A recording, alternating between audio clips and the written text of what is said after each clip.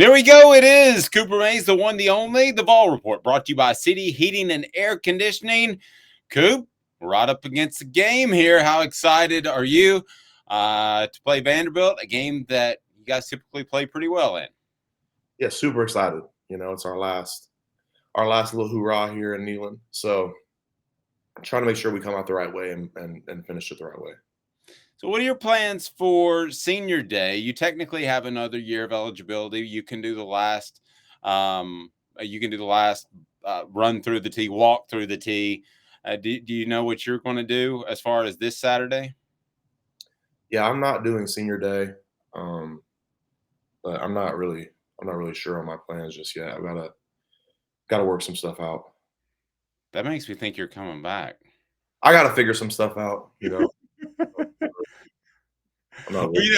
I don't want to press you on it, but it would be awesome for me, and it would be awesome for this show if you came back. But obviously, it's a big decision, and we can talk about that after a game. The game's the most important thing. What do you remember? But I would be excited if you came back. This is still here for you if you decide to come back. So let me ask you about the bounce back that you guys did last year against Vanderbilt. You came out there, controlled the line of scrimmage, played really, really well. What do you remember about that game last year? It's nasty weather. That was the first thing I was gonna say. It was terrible weather, so by default we kind of had to pound the rock a little bit more. Probably if you look at it, probably our best running game last year. I mean, talking about like we had multiple runs that hit for a bunch of yards. So kind of if you watch the film from last year, it's littered with stuff like that. People busting 40-yard runs, 70-yard. I think Jay Wright had like an 80-yard run, like first play of a drive. One time, Joe Barry scored from like 50. And there's a lot of big time runs, and we got to do the same thing and be prepared to do the same thing. The Vol Report brought to you by City Heating and Air Conditioning, cityheatandair.com. I want to ask you about this week in practice, and we'll get to that. I remind you, with City Heating and Air Conditioning, 50 years in Tennessee, they are absolutely phenomenal, and they will take care of you. Integrity matters.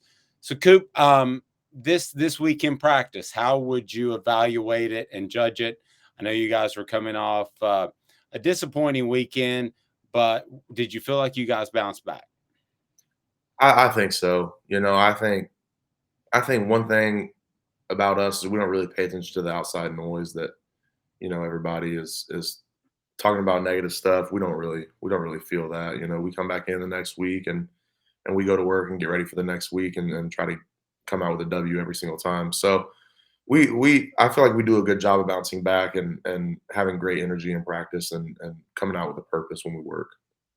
I think one of the funniest things, Coop, again, especially getting to know you, is that you will have fans and some analysts, guys like me, and they'll say, "What's left to play for?" Well, I mean, your pride is one thing, but it's a football game you want to win. What are your thoughts when you hear something like that? I mean, it sounds like they haven't been a part of a team that's done good stuff or played at a very high level, in my opinion. But I don't know. I mean, maybe in their eyes, that's their truth. What is there to play for? So, I mean, that's probably truly what they think, and I'm just not really wired like that, man. I even when I came here and we went 3-8, I was in the last game trying to play as hard as I could and do the best I could. I don't know. Me personally, at the base level, you should have enough pride in yourself, even if you don't care about what there's to play for. If there's not a bowl game you're wanting to go to, if you can't go to that one anymore, if there's circumstances that you fell short on, me personally, I take every rep very seriously in a game. I mean, you're putting your signature on it. You know what I'm saying? I mean, like every single rep that you put on tape, these scouts are looking at, that your coaches are looking at. I mean, you signed your name on the bottom right of that picture, and you said, "This is me. I approve what's on this film." So for me, I'll be damned if I put something on film that ain't up to my standard. So that's my look at it. It's pretty darn good stuff, and I knew you'd say something along those lines, which is definitely why I wanted to ask you a question. Coop, as far as Vanderbilt, what do you think about them when you see them up front? They've struggled as of late. Just your thoughts on them defensively. I think they're a good football team. You know, I think they're talented, and I think they've got guys that can play ball at a high level. They've had some key injuries, and I don't know how that'll shake out if they'll be playing this weekend or not. But you know, they've got a disciplined team that flies around and plays hard. Yep. And as far as being at home, um, how much does that help? And at least the weather's going to be nice, I think. Yeah, I mean, anywhere in Tennessee that we play, we're going to travel really well, so that's not really a big issue. But it's very nice. It's nice after the game that you don't have a bus ride home. That's for sure. Yeah. When you when you look back over the season, can you talk about your health now? Because I remember us talking about 6 weeks ago that you could actually feel better at the end of the season because you missed the first couple of games. How are you feeling? How would you assess your health throughout the season after the abdominal injury? I would say I was pretty on point.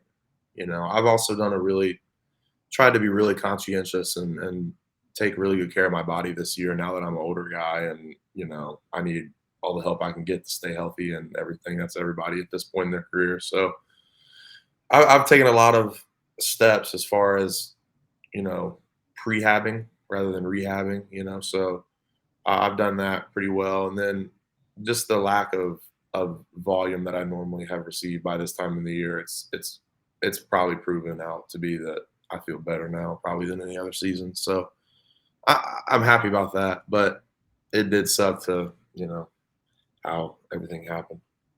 Well, I'm impressed by you and continually impressed by you as a man and as a player.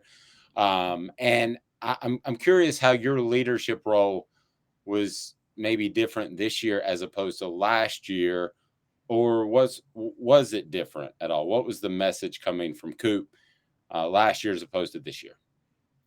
I mean I was the same person, but I think the difference is this year I had to be the guy that was up front and center, you know, for our O line unit. Last year we had Jerome Carvin out there, so I was still a good leader, but the difference is when you're the guy rather than like one of the guys, you know.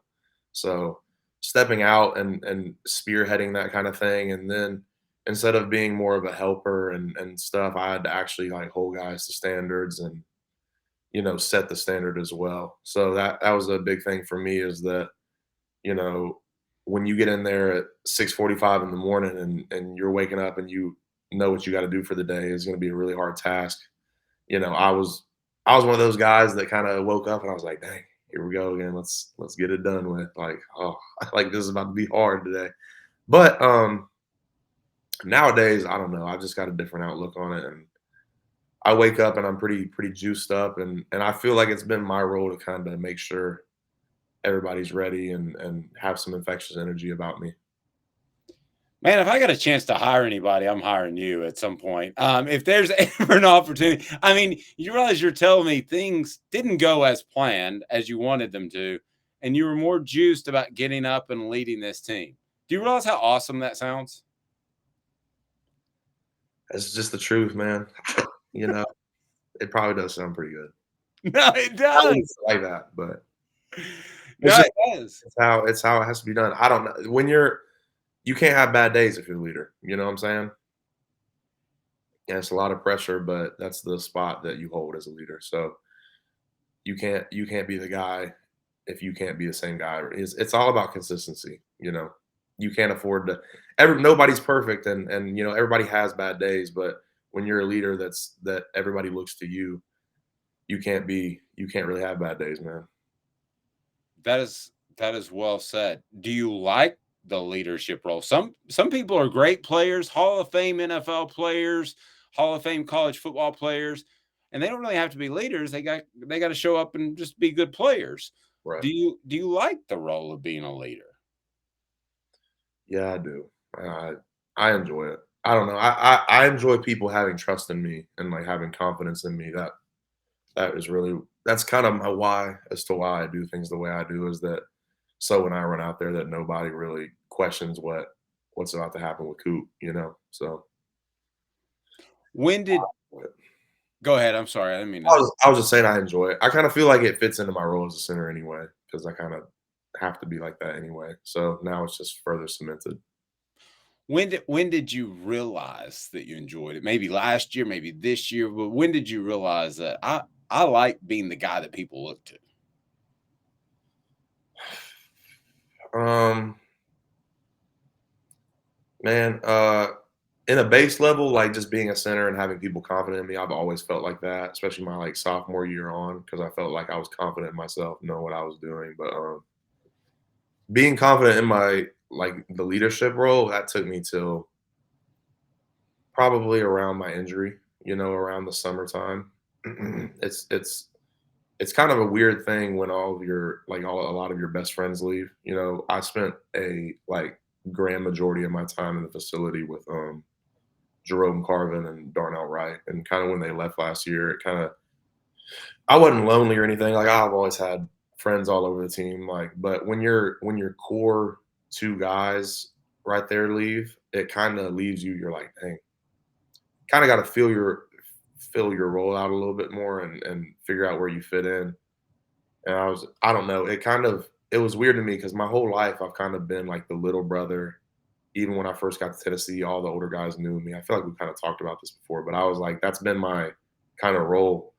So stepping out into being everybody's like big brother or whatever for a lot of the guys in the room, it was just kind of a transition period that took some growing and feeling it out. But I kind of figured it out during the season after my injury. I kind of knew kind of knew what I had to do, you know, and you know there was only one thing left to do, and that was do it. It's very impressive. Let me leave you with this. City Heating and Air Conditioning, 50 years in service, integrity matters. How aware are you of what, and I know you haven't made your decision yet, but how aware are you of what you could bring back to this team that's going to have to rebuild some offensive line pieces?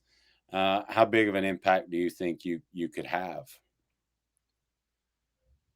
Pretty big, pretty substantial, probably. If you look at if you look at what happens when you know I'm not out there, I feel like it shows that I'm a pretty key piece to bringing us all together and everything. So I don't know how much value it is, but I'd say pretty substantial. Yeah, I would say that as well. And I told you that in August. You're the most important player. Coop, we appreciate it, buddy. The Vol Report with Cooper Mays brought to you by City Heating and Air Conditioning, cityheatandair.com. This has been a presentation of Off the Hook Sports.